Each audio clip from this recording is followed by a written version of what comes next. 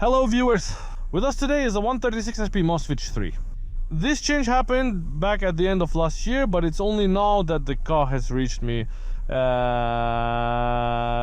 was impractical before, and even then winter tires drive is still front wheel drive and the weather is already closer to summer. Nevertheless, I will note that it was 136 HP that I took it for to see how the dynamics would be affected. In fact, official legend, if you index by street who likes it better, it will be clear that the power has decreased for one reason only. Optimizations were made, independent power measurements were made. Turns out 150 horsepower is optimistic. And really 136, which means in general those 150 HP cars should drive exactly the same. Well, we'll see tonight. There's only one hitch. Which one? Well, you know, times are tough right now. It's not working. Race logic isn't working right now. In Moscow 4 clear, yes, it will accelerate. But race logic says, interference, too much, can't provide the appropriate clarity and ensure the necessary accuracy of measurements. Well, let's try the speedometer, yeah.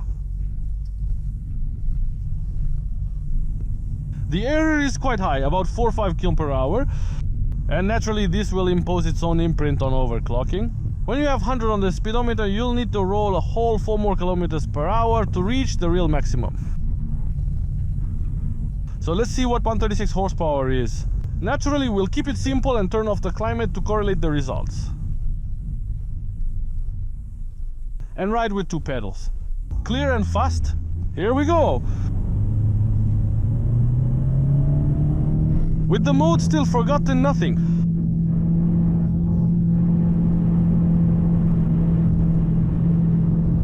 That's the kind of acceleration we're getting. We'll see what happens.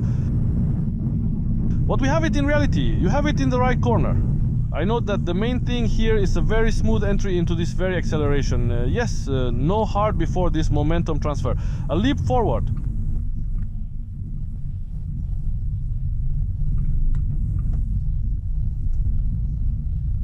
Very smoothly, gently starts, and on this the car of course loses a little in acceleration. If this whole thing had been more proactive, it would have gotten to 100 vehicles faster though. Then the turbo, you see, on one note to maximum thrust, and this allows you to just thrust the very tens, which are now new fashioned some variators loose, imitating those very gears to be more fun, but at the same time in practice a little slower than the acceleration in the maximum variator efficiency.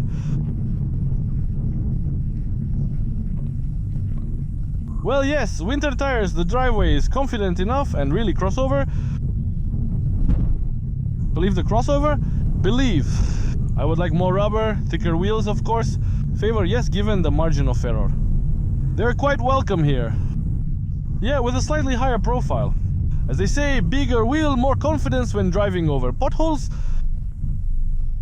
But they are what they are from the factory. Well, we'll move on. The acceleration has been studied, looked at, paid attention to. But you always have to turn the auto back on. Let it cool down, as they call it, because the weather will soon be standing, well, summer weather indeed. And this is the nastiest period. Fall, winter, spring is coming to an end. Yes, Viva. The other side, again, the cars are singing slower because it's going to get hotter.